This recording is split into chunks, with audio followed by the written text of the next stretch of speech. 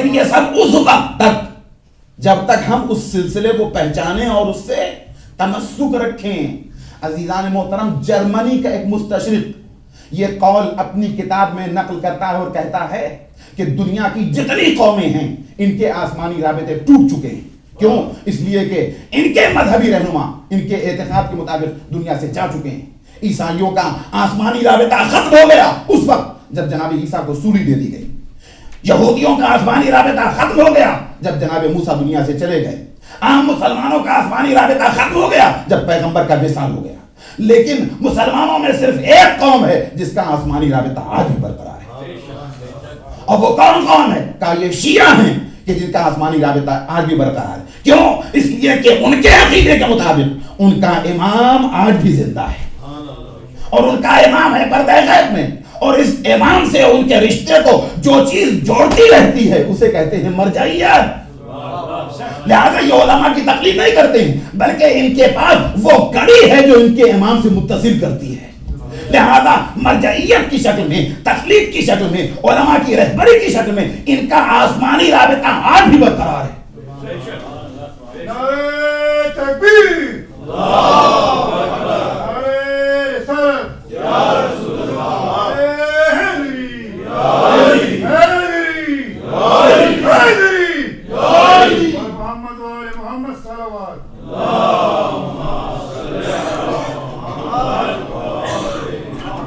بس شرط یہ، ادھر سے اہتمام میں کوئی کمی نہیں ہے. شرط یہ ہے کہ ہم اس نعمت کی قدر و قیمت کو پہچانیں. نعمت کی قدر ہوتی ہے تو نعمت میں اضافہ ہوتا ہے. نعمت میں اضافہ ہوتا ہے. نعمت کی ناقدری ہوتی ہے تو اللہ نعمت کو سلب کر لیتا ہے. اور سلب کرے یا نہ کرے دنیا انسانیت اس سے محروم ہو جاتی ہے. مولائے کائنات، امیر مومنان، امام متقیان، غالب کل غالب، اسد اللہ الغالب، حضرت امام علی ابن ابی طالب کی شکل میں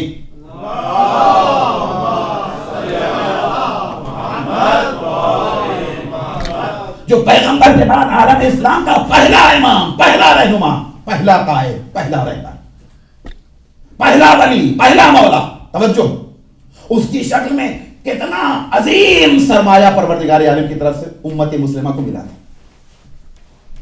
اس سے کیا کچھ نہیں حاصل کر سکتے تھے. کون سا ایسا علم تھا جو اس سے نہیں لے سکتے تھے؟ کون سے ایسا کمال تھا جس کی تعلیم نہیں حاصل کر سکتے تھے؟ توجہ. اور اس سے تعلیم حاصل کر کے، اس سے سیکھ کے دنیا کی کتنی بڑی ترقی یافتہ قوم بن سکتے تھے.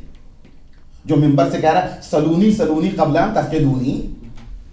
عزیزان محترم، تو نہ صرف یہ کہ اس سے فائدہ نہیں اٹھایا گیا چونکہ نعمت کی ناقدری، نہ صرف یہ کہ اس سے فائدہ نہیں اٹھایا گیا بلکہ وہ ان کے درمیان موجود ہے اور قوم جہالت کی لعنت میں گرفتار ہے. جس قوم کے درمیان مدینۃ العلم جیسا پیغمبر اور باب مدینۃ العلم علی جیسی شخصیت ہو اور اس قوم کے لوگ جاہل ہوں، یہ کتنی بڑی بے غیرتی اور بدنصیبی کی بات ہے. تو یہ ہے نعمت کی ناقدری کا نتیجہ. اللہ نے ہر دور میں ولایت اور رہبری کا انتظام کیا ہے، آج بھی انتظام ہے، مگر اس سے فائدہ وہی اٹھائیں گے جو اس خط سے وابستہ رہیں گے. جنہوں نے اس خط سے اپنے آپ کو دور کیا وہ خط رہبری کا کچھ نہیں بگاڑیں گے، خط ولایت کا کچھ نہیں بگاڑیں گے. اگر نقصان کریں گے تو اپنا نقصان کریں گے، انسانی معاشرے کا نقصان کریں گے.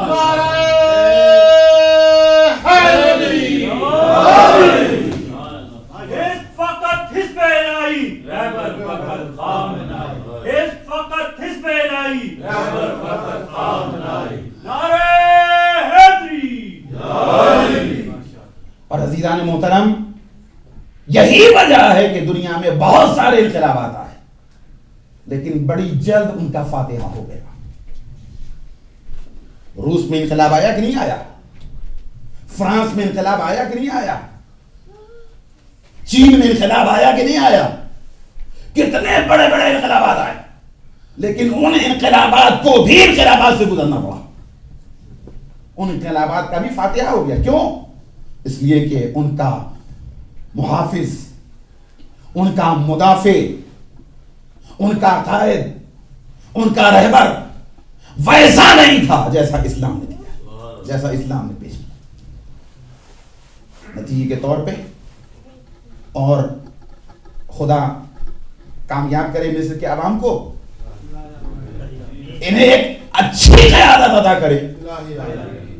ہم اس تبدیلی کو ایک نیک فعل سمجھتے ہیں ان معنوں میں کہ جب فرعون کا قلع کما ہوا ہے تو انشاءاللہ اسی سرزمین سے کوئی یوسف ابھرے گا اور عزیز مصر بنے گا. محمد وآل محمد.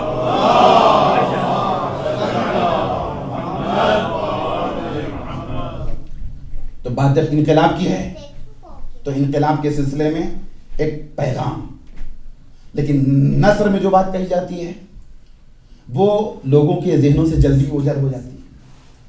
نظم میں جو بات کہی جاتی ہے وہ دل و دماغ میں اپنا ایک اثر چھوڑ جاتی ہے. لہذا نظم میں چند اشعار میں معصوم کی مدح بھی ہے، انقلاب کا پیغام بھی ہے.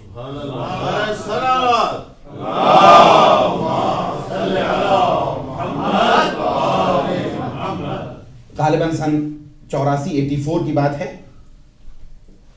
ہم لوگ جب ایران پہنچے تو وہاں اردو میں جو ائمہ معصومین کی ولادت کی تاریخیں ہیں ان میں ترہی مقاصدے کی بنیاد رکھی گئی. شروع میں بہت کم طلبہ تھے جو شعر کہتے تھے، بعد میں ان کی تعداد میں اضافہ ہونا شروع. تو ایک سال شاید 84 کی بات ہے، مصرع طرح دیا گیا کہ کس نے لکھ دی ہے لہو سے داستان انقلاب. داستان قافیہ، انقلاب ردیف، اور اس پہ سب نے شعر کہے تھے. چند شعر مجھے بھی کہنے کا شرف حاصل ہوا تھا، اسے آپ کی خدمت میں جو یاد آ گئے ہیں میں سنا رہا ہوں. ایک صلوات پڑھ دے پر محمد وآل محمد.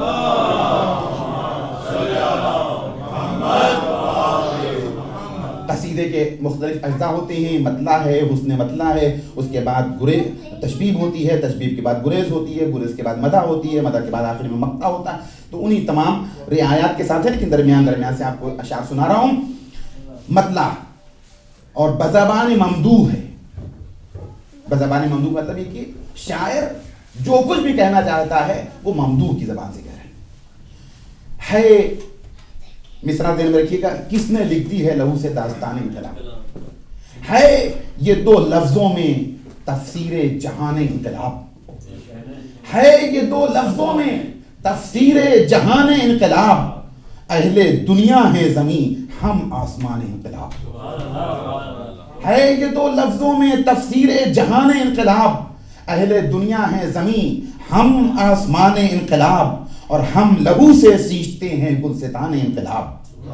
پوری تاریخ شیعت ہے اس میں. ہم لہو سے سینچتے ہیں گلستان انقلاب، اور جان دیتے ہیں تو کہلاتے ہیں جان انقلاب. ہم لہو سے سینچتے ہیں گلستان انقلاب، جان دیتے ہیں تو کہلاتے ہیں جان انقلاب. اور ہیں ہمیں گلدستہ حق و صداقت کے بلال. پہلے حق و صداقت کے گلدستے سے ہماری آواز گونجی، مصر میں پہنچی، شام میں پہنچی، عربستان میں پہنچی، افریقہ کی سرزمین پہ پہنچی. یہ اہل بیت کے مکتب فکر کا صدقہ ہے کہ ہیں ہمیں گلدستہ حق و صداقت کے بلال. ہیں ہمیں گلدستہ حق و صداقت کے بلال. ہم نے اوج دار پر دی ہے اذان انقلاب. ہیں ہمیں گلدستہ حق و صداقت کے بلال. ہم نے اوج دار پر دی ہے اذان انقلاب. اور اپنی فکروں کے محل کو کوئی ڈھا سکتا نہیں. ہماری ایڈیولوجی ایک محکم ایڈیولوجی ہے. ہمارے نظریات ولایت کی بنیاد پر استوار ہے. اپنی فکروں کے محل کو کوئی ڈھا سکتا نہیں. لاکھ پیدا ہو جہاں میں شاعران انقلاب، لاکھ پیدا ہو جہاں میں شاعران انقلاب. اور اس کے بعد میں اب جو پیغام کا شعر ہے اسے آپ کی خدمت میں عرض کرتا ہوں کہ شاخ گل پر ایک نشیمن گر بنایا بھی تو کیا. شاخ گل پر، صرف لفظیں آپ کے حوالے ہیں، سمجھنا آپ کا کام ہے، تشریح نہیں کرنے جا رہا. کہ شاخ گل پر ایک نشیمن گر بنایا بھی تو کیا، دوش برق و باد پر ہوا آشیان انقلاب. شاخ گل پر ایک نشیمن گر بنایا بھی تو کیا، دوش برق و باد پر ہو آشیان انقلاب. اور پھر اسی کا تسلسل دوسرے شعر میں کہ بام مشگاں پر چراغاں کرنا بے حد سہل ہے. مشگاں کہتے ہیں پلکوں، بام مشگاں پر چراغاں کرنا بے حد سہل ہے. کاسے سر کو بناؤ شمعدان انقلاب. بام مشگاں پر چراغاں کرنا شاخ گل پر ایک نشیمن گر بنایا بھی تو کیا، دوش برق و باد پر ہوا آشیان انقلاب، اور بام مشگاں پر چراغاں کرنا بے حد سہل ہے، بام مشگاں پر چراغاں کرنا بے حد سہل ہے، کاسے سر کو بناؤ شمع دان انقلاب۔ اور پھر اس کے بعد کہ نتیجہ کیا ہے، ہمارا انقلاب اللہ کے لیے ہوتا ہے۔ خون کے دریا میں جو ڈوبے بن کے غواص حیات، غواص کہتے ہیں ان لوگوں کو کہ جو سمندر کی تہوں میں ڈوب کے موتی نکالتے ہیں، یہ خون کے دریا میں جو ڈوبے بن کے غواص حیات، نکلے کوثر کے کنارے تشنگان انقلاب۔ خون کے دریا میں جو ڈوبے بن کے غواص حیات، یہ موت نہیں ہے، شہادت ہے۔ خون کے دریا میں جو ڈوبے بن کے غواص حیات، نکلے کوثر کے کنارے تشنگان انقلاب۔ اور پھر وہ دور جب کربلا اور کربلا کی زیارت پہ پابندی، صدام کا زمانہ، جنگ ہو رہی ہے، اس تناظر میں یہ شعر ملاحظہ فرمائیے گا۔ اور یہ شعر میں نہیں سمجھتا کہ میرا ہے، اس لیے کہ نماز صبح کے بعد میں قلم لے کے بیٹھا تھا اور بغیر کوشش کی یہ شعر آ گیا۔ اس کا مطلب یہ ہے کہ ادھر سے آتا ہوا کہ خون کے دریا میں جو ڈوبے بن کے غواص حیات، نکلے کوثر کے کنارے تشنگان انقلاب۔ اور پھر یہ شعر کہ در قفس کا کھلنے دو پہنچیں گے سیدھے کربلا، در قفس کا کھلنے دو پہنچیں گے سیدھے کربلا، در قفس کا کھلنے دو پہنچیں گے سیدھے کربلا، آشیاں پہچانتے ہیں طائران انقلاب۔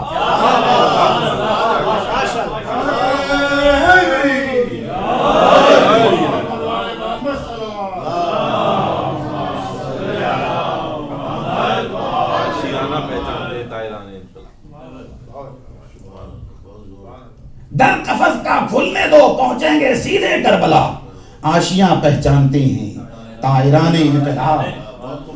اور فاطمہ کا چاند ہے روح روان انقلاب۔ دنیا میں جتنے بھی انقلابات آئے سب کربلا کی بھیک ہے۔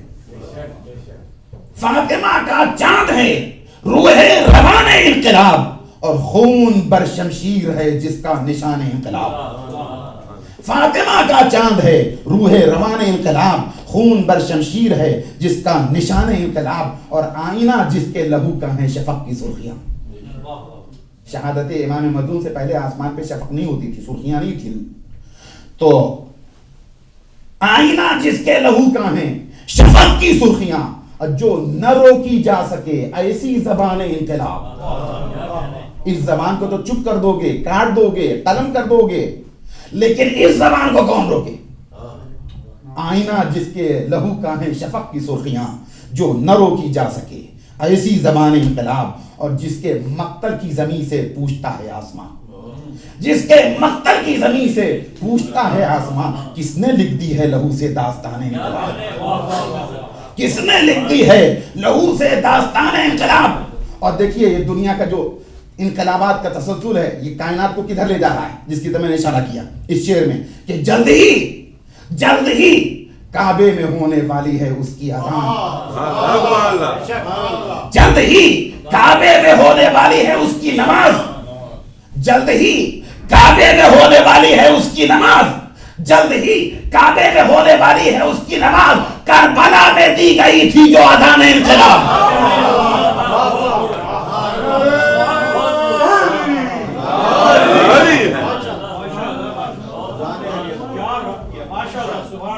جلد ہی کعبے میں ہونے والی ہے اس کی نماز، جلد ہی کعبے میں ہونے والی ہے اس کی نماز، کربلا میں دی گئی تھی جو اذان انقلاب، کربلا میں دی گئی تھی جو اذان انقلاب، اور قہر داور بن کے کڑکے گی سروں پر ذوالفقار، قہر داور بن کے کڑکے گی سروں پر ذوالفقار، دیدنی ہوگی بہار بے خزان انقلاب۔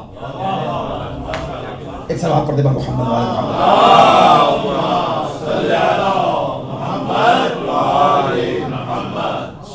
بس ہمارا کمال یہ ہے کہ ہم ان انقلابات کے سلسلے میں خاموش تماشائی نہ بنے رہے۔ یہ جو ان ملکوں میں آنے کے بعد ایک نیوٹرل ہونے کا تصور ہوتا ہے، اسے ذہن سے نکال کے پھینکنا ہے۔ نیوٹرل اسلام کے نقطہ نظر سے کوئی نہیں ہے، یا ظالم یا مظلوم، اور یا پھر ظالم کے